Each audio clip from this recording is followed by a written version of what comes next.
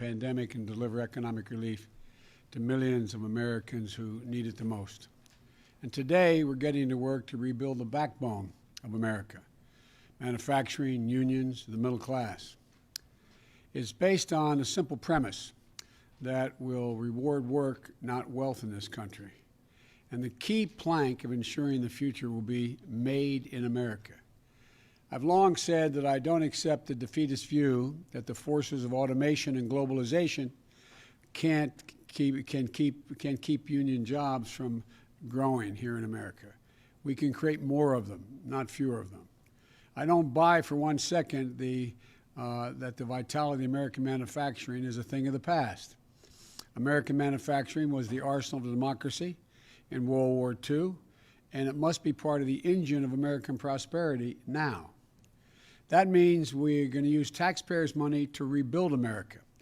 We'll buy American products and support American jobs, union jobs. For example, the federal government every year spends approximately $600 billion in government procurement to keep the country going, safe and secure. And there's a law that's been in the books for almost a century now to make sure that that money, when spent, taxpayers' dollars for procurement, is spent to support American jobs and American businesses. But the previous administration didn't take it seriously enough. Federal agencies waived the Buy American requirement without much pushback at all.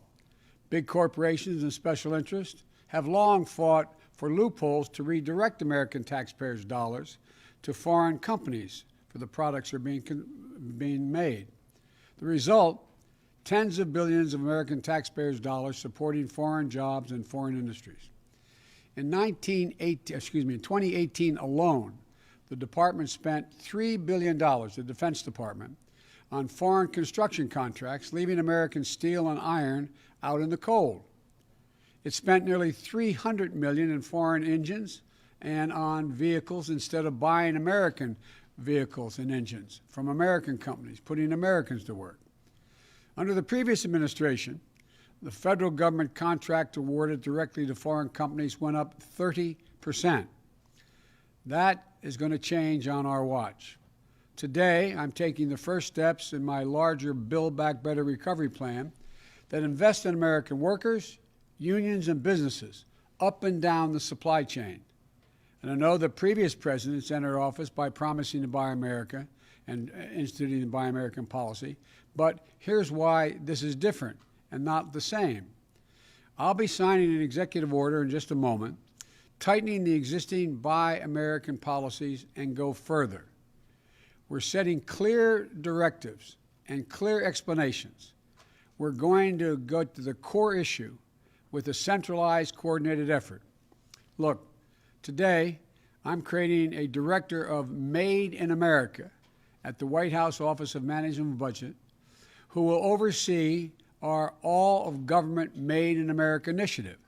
That starts with stopping federal agencies from waiving Buy American requirements with impunity, as has been going on. If an agency wants to issue a waiver to say we're not going to buy an American product as part of this project, we're going to buy a foreign product, they have to come to the White House and explain it to us. We're going to require that waivers be publicly posted. That is, someone's seeking a waiver to build this particular vehicle or facility, and it's going to buy the following foreign parts. That waiver, the request for it, is going to be posted. Then we'll work with small American manufacturers and businesses to give them a shot to raise their hand and say, yeah, I can do that here in my shop, in my town. It's about, as you've heard me say before, I used to have a friend who was a great athlete who said, you got to know how to know. These small businesses don't even know they can compete for making the product that is attempting to be waived and be able to be bought abroad. And I'm directing the Office of Management and Budget to review waivers to make sure they are only used in very limited circumstances. For example, when there's an overwhelming national security, humanitarian, or emergency need here in America. This hasn't happened before. It will happen now. Here's what else we're going to be doing. Under the Build Back Better recovery plan, We'll invest hundreds of billions of dollars in buying American products and materials to modernize our infrastructure, and our competitive strength will increase in a competitive world. That means millions of good-paying jobs using American-made steel and technology to rebuild our roads, our bridges, our ports, and to make them more climate resilient, as well as make them able to move faster and cheaper and cleaner to transport American-made goods across the country and around the world, making us more competitive. It also means replenishing our stockpiles to enhance our national security. As this pandemic has made clear, we can never again be in a position where we have to rely on a foreign country that doesn't share our interest in order to protect our people during a national emergency. We need to make our own protective equipment, essential products and supplies. And we'll work with our allies to make sure they have resilient supply chains as well. We'll also make historic investments in research and development, hundreds of billions of dollars, to sharpen America's innovative edge in markets where global leadership is up for grabs. Markets like battery technology, artificial intelligence, biotechnology, clean energy. The federal government also owns an enormous fleet of vehicles, which we're going to replace with clean electric vehicles made right here in America by American workers, creating millions of jobs, 1 million auto worker jobs in clean energy and vehicles that are net zero emissions. And together, this will be the largest mobilization of public investment in procurement, infrastructure, and R&D since World War II. And with the executive order I'll be signing today, we'll increase Buy American requirements for these kinds of projects and improve the way we measure domestic content requirements. For example, right now, if you manufacture a vehicle for the federal government, you need to show that at least 50% of the components of that vehicle were made in America. But because of loopholes that have been expanded over time, you can count the least valuable possible parts as part of that 50% to say made in America, while the most valuable parts, the engines, the steel, the glass, are manufactured abroad. So basically, we're batting 0 for 2.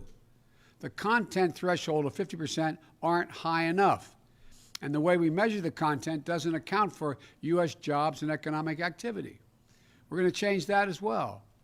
The executive action I'm signing today will not only require that companies make more of their components in America, but that the value of those components is contributing to our economy, measured by things like a number of American jobs created and or supported.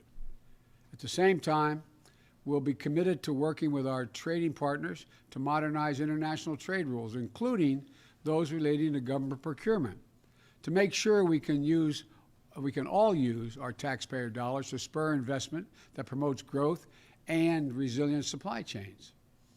And here's what else the action does. When we buy America, we'll buy from all of America. That includes communities that have historically been left out of government procurement. Black, brown, Native Americans, small businesses and entrepreneurs in every region of the country. We will use a national network of manufacturers called the Manufacturing Extension Partnership that's in all 50 states and Puerto Rico to help government agencies connect with new domestic suppliers across the country. This is a critical piece of building our economy back better and including everyone in the deal this time, especially small businesses that are badly hurting in this economy.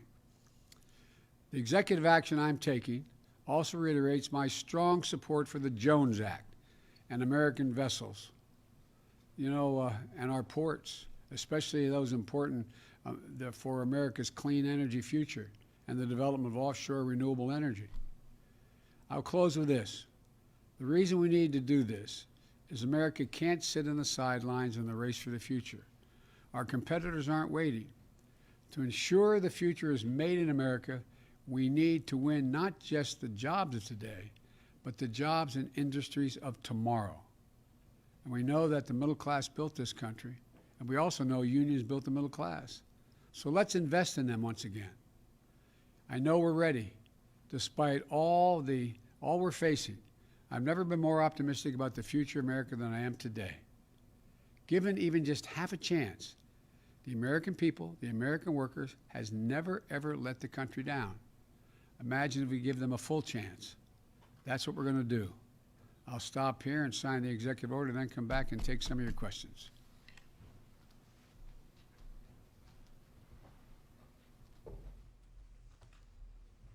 This executive order is entitled, "Ensuring the Future is Made in America by Americans, all of American workers."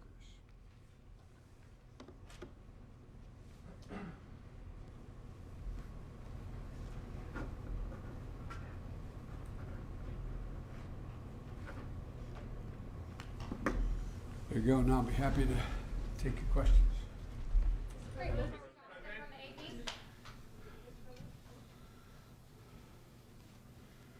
Thank you, Mr. President. Jonathan Lemire with the Associated Press. Two topics, if I may. The first, you have made reopening schools a central part of your first 100 days agenda, and you've long portrayed yourself as an ally to the teachers and the unions. Right now, the Chicago Teachers Union has refused. They've defied an order to return to in-person classrooms because of a lack of vaccinations. Do you believe, sir, that teachers should return to schools now? I believe we should make school classrooms safe and secure for the students, for the teachers, and for the help that's in those schools maintaining the facilities. We need new ventilation systems in those schools. We need testing for people coming in and out of the classes. We need testing for teachers as well as students. And we need the capacity to know that, in fact, the circumstance in the school is safe and secure for everyone. For example, there's no reason why the clear guidance will be that every school should be thoroughly sanitized from the lavatories to the hallways. And so this is about making, and none of the school districts that I'm aware of, there may be some, public school districts, have insisted that all those pieces be in place. And I might add, it's the same kind of thing I hope we can do with small businesses and businesses, making sure they have the capacity to test their workers when they come in, to make sure they have plastic dividers between their booths and in their restaurants, et cetera, to make sure they can sanitize. So it's not so much about the idea teachers aren't going to work. The teachers I know, they want to work. They just want to work in a safe environment, and as safe as we can rationally make it, and we can do that, and we should be able to open up every school, kindergarten through 8th grade, if in fact we administer these tests. And it'll have the added advantage, I might add, of putting millions of people back to work. All those mothers and fathers that are home taking care of their children rather than go to work even when they can work. They're not able to do it unless they have the luxury of working distance-wise like many of us do.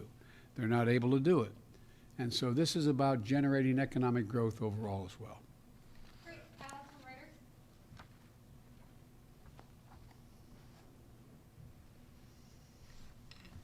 Thank you, Mr. President. I'm Alex Alper from Reuters. I wanted to ask a question about Navalny. If you are considering imposing sanctions on any of the individuals involved in his attempted poisoning and or his arrest when he returned from Germany, and if not, is that related to your concerns about it potentially derailing a New START extension? Thank you. I find that we can both operate in the mutual self-interest of our countries as a New START agreement and make it clear to Russia that we are very concerned about their behavior, whether it's Navalny, whether it's the solar winds, or whether it's reports of bounties on the heads of Americans in Afghanistan. I've asked the agencies in question to do a thorough read for me on every one of those issues, to update me precisely where they are, and I will not hesitate to raise those issues with the Russians. Jeff from NBC. President Biden, Vice President Harris. A question about your COVID relief deal. On Friday, you said the nation is in a national emergency. We should act like it. Given the scale and the severity of the need, how long are you willing to get sufficient Republican support before you would greenlight Democrat attempts to use reconciliation, for instance, to pass that bill? Well, look, the decision on reconciliation will be one made by the leaders of the House and the Senate. But here's the deal. I have been doing legislative negotiations for a large part of my life. I know how the system works. And what I'm not, can't guarantee anything at all, but I can say that what I'm going to be doing, and we've already begun, is making it clear to the leadership in the House and the Senate, as well as the group of 16, group, a bipartisan group, as well as Republican individuals who have an interest in the issues that are in my package, and saying, here's what I'm doing, here's why I want to do it, here's why I think we need to do it, and what kind of support can or can't you give to that. And then we go on to the way in which we deal with legislation all the time. You know, we didn't have any votes for the recovery package when Barack and I came into office. We were short 3 votes. We didn't know we had the votes until the day of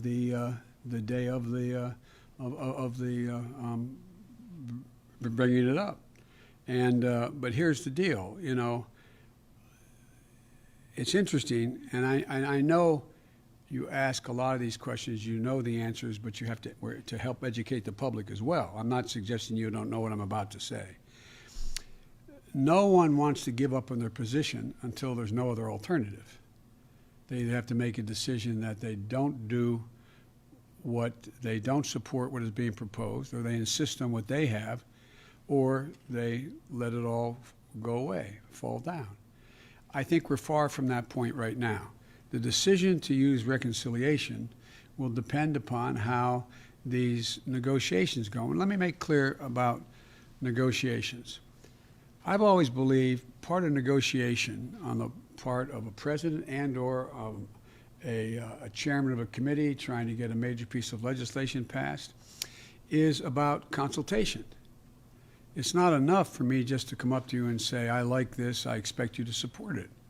I want to explain to you why I think it's so important in this package that we have to provide for money for additional vaccines, why I think it's so important why we provide for money to extend unemployment benefits, why I think it's so important that we provide money to provide for the ability of people not to be thrown out of their apartments during this pandemic because they can't afford their rent. And to make the case to you why I think and what I think the priorities within this piece, we think the priorities are, I apologize, were within this legislation. And I don't expect we'll know whether we have an agreement and to what extent the entire package will be able to pass or not pass until we get right down to the very end of this process, which will be probably in a couple weeks. But the point is, this is just the process beginning. Annie, from the Washington Post. Thank you, Mr. President. Annie Linsky with the Washington Post. Annie. I wanted to ask you a little bit about one of the sort of major themes of your campaign and how you sort of intend to measure and enact it, and that is the idea of unity. If you could talk a little bit about what you see unity as being. There are some people who are defining it as being bipartisan. Others are saying it is what most of the people in the country, defined by some poll, might believe, or any sort of number of, or perhaps it's 50 plus 1, or 50 plus 2, or 75%. So given that it is such a key part of your message and your promise, can you talk and reflect a little bit more about what is unity when you see it and as you define it? Well, Annie, I think it makes up several of the issues, the points you made. One is unity requires you to eliminate the vitriol. Make anything that you disagree with about the other person's personality or their lack of integrity or they're not decent legislators and the like. So we have to get rid of that. And I think that's already beginning to change, but God knows where things go, number one.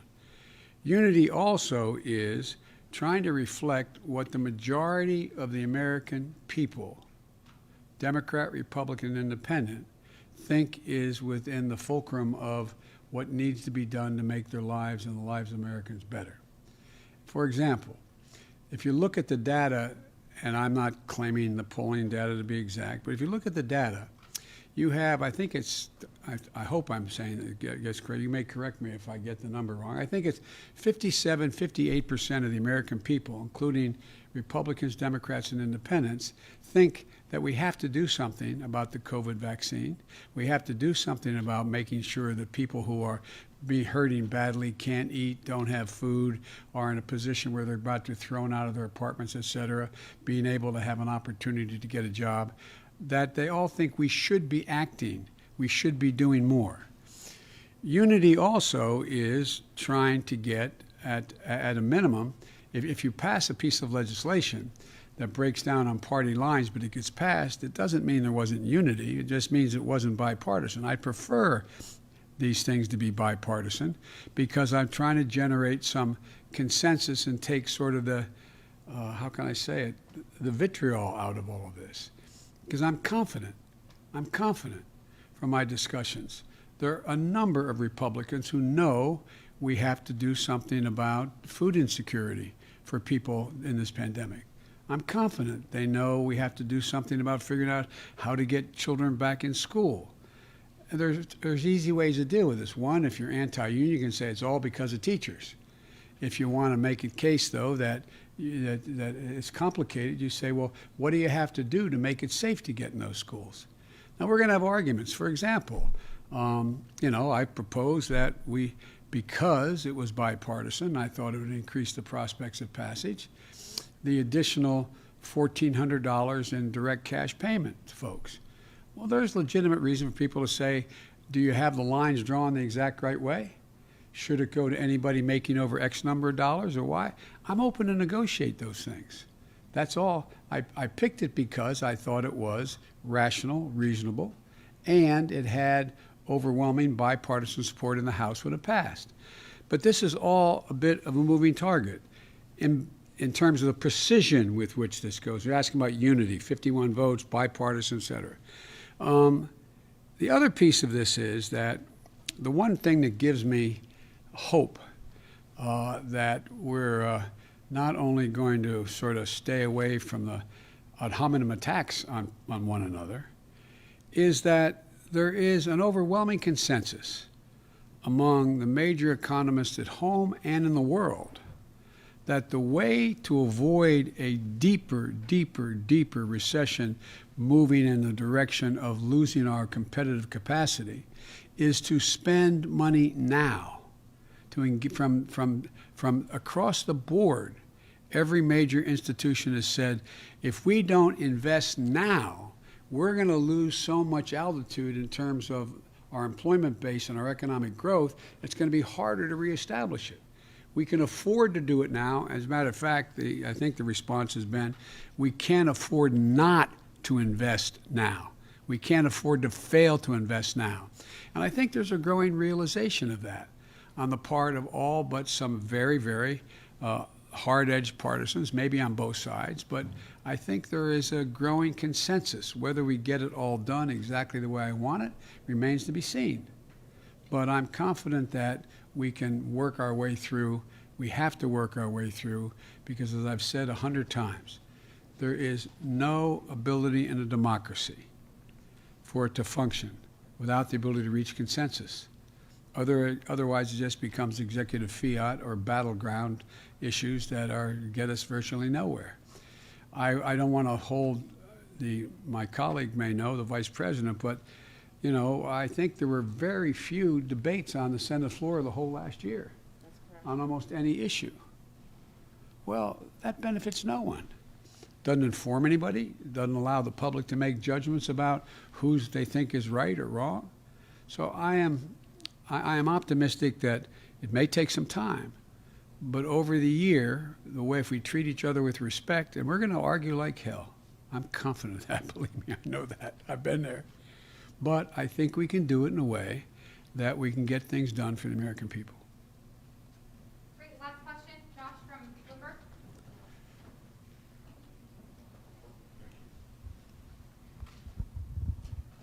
Josh, I don't trust you with a mic, huh? I don't know, man. That's fine. I wouldn't either. Thank you, Mr. President. I appreciate you taking the question. You mentioned just now that you might know in a couple of weeks. Can I ask whether it's more important for you to get something passed in a short time frame like that, or would you be willing to wait longer to get more bipartisan support? And might I also ask that one of the pillars is the vaccine funding. When do you think any American who wants to get the shot will be able to get the shot? Well, I'll try to answer the three parts of your question as I heard them. One, time is of the essence. Time is of the essence. And I must tell you, I'm reluctant to cherry pick and take out one or two items here and then have to go through it again, because these all are kind of, they go sort of hand in glove, each of these issues, number one. Number two, we are optimistic that we will have enough vaccine, and in very short order. We, as you know, we came in office without knowledge of how much vaccine was being held in abeyance or available. Now that we're here, we've been around a week or so, we now have that. And we've gotten commitments from some of the producers that they will, in fact, produce more vaccine in a relatively short period of time and then continue that down the road. So I'm quite confident that we will be in a position within the next 3 weeks or so to be vaccinating people at the range of 1 million a day or in excess of that. That is I promised that we would get at least 100 million vaccinations. That's not people, because sometimes you need more than one shot, the vaccination, but 100 million shots in people's arms of the vaccine. I think with the grace of God and the goodwill of the neighbor and the creek not rising, as the old saying goes, I think we may be able to get that to 1.5 million a day rather than 1 million a day. But we have to meet that goal of 1 million a day. And everything points that we're going to have, enough vaccine, B, enough syringes and all the paraphernalia needed to store, keep, inject, move into your arm the vaccine. 3, a number of vaccinators, people administering the vaccine, which is not an easy task. Of those who have those facilities, like the nursing homes and hospitals, they have the people to do it, but they don't have the capacity to do everyone. And so I think we're going to have, we're leaning hard into areas where we produce more vaccinators. We feel confident we can do that. And thirdly, it's really important that we have the fora, the place, the facility, the circumstance where people can show up, stand in line, and get their vaccine without having to stand in line for 8 hours. Being able to pick up the phone, call the pharmacy, and get your name on the list, et cetera. All those mechanical things are really, they sound simple, but they're all consequential when we're trying to get out a minimum of 100 million vaccinations in 100 days and move in the direction where we are well beyond that in the next 100 days, so we can get to the point where we reach herd immunity in a country of over 300 million people. Does that answer your question?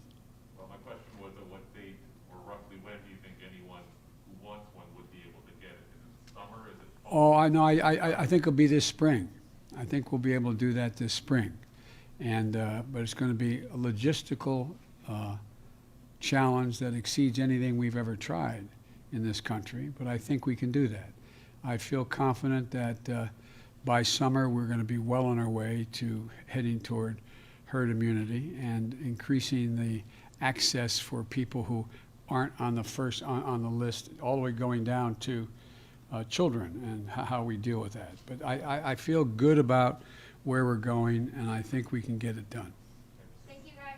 One more on vaccine. Mr. President, one more on vaccine.